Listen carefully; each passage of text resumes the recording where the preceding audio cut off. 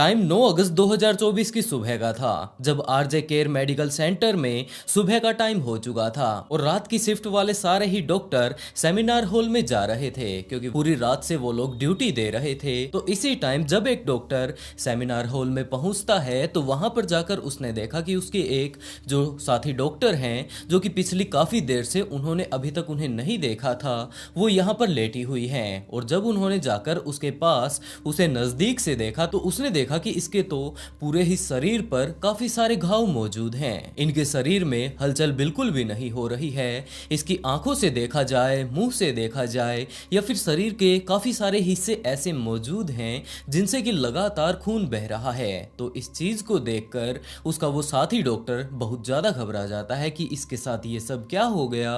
और उसने वहां आसपास में और जो डॉक्टर मौजूद थे उन्हें ये सब बताना शुरू किया। इस टाइम ये लोग हॉस्पिटल में ही मौजूद थे जिसके चलते उसे तुरंत आईसीयू में शिफ्ट किया जाता है। उसका तुरंत इलाज शुरू किया जाता है, लेकिन इसी इलाज के बीच इस लड़की ने अपनी जान गंवा दी। इलाज के दौरान डॉक्टर्स को पता चलता है कि जो सबसे मेन दिक्कत इसे है वो इसकी गर्दन में है, क्योंकि इसकी गर्दन की हड्डी को बड़े ही बेरहमी से किसी के द्वारा तोड़ दिया गया है। और वहीं जब इस लड़की को ऐसी हालत में पाया गया था तो दूसरी तरफ इसके घर वालों के पास भी कॉल कर दिया गया था कि आपकी बेटी की हालत काफी ज्यादा क्रिटिकल है, आप जल्द से जल्द हॉस्पिटल पहुंच जाइए। लेकिन यहाँ पर आने के बाद लड़की के पिता को पता चलता है कि उसकी बेटी ने तो अपनी जान गंवा दी है। उसके पिता सिर्फ और सिर्फ वहां पर मौजूद डॉक्टर्स से एक यही बात पूछना चाहते थे कि आखिरकार उनकी बेटी के साथ हुआ क्या है। अभी तक किसी को कुछ भी समझ नहीं आ रहा था। जब पुलिस वाले यहाँ पर आए थे और इस लड़की की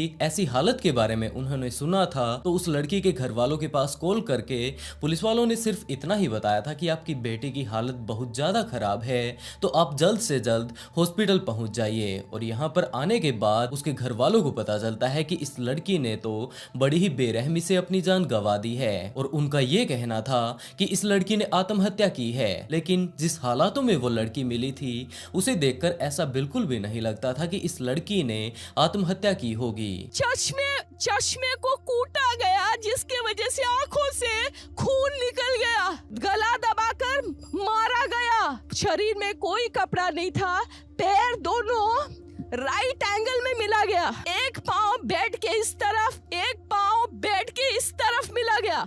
जब तक पेल्विक गर्डल नहीं टूटता है इस तरह दो पाँव को नहीं चीरा जा सकता है। पुलिस वालों को उस लड़की के पिता सारी ही चीजें डिटेल से बताने लगते हैं कि जनाब ऐसा कैसे हो सकता है, क्योंकि कल रात को ही इस लड़की की बातें अपनी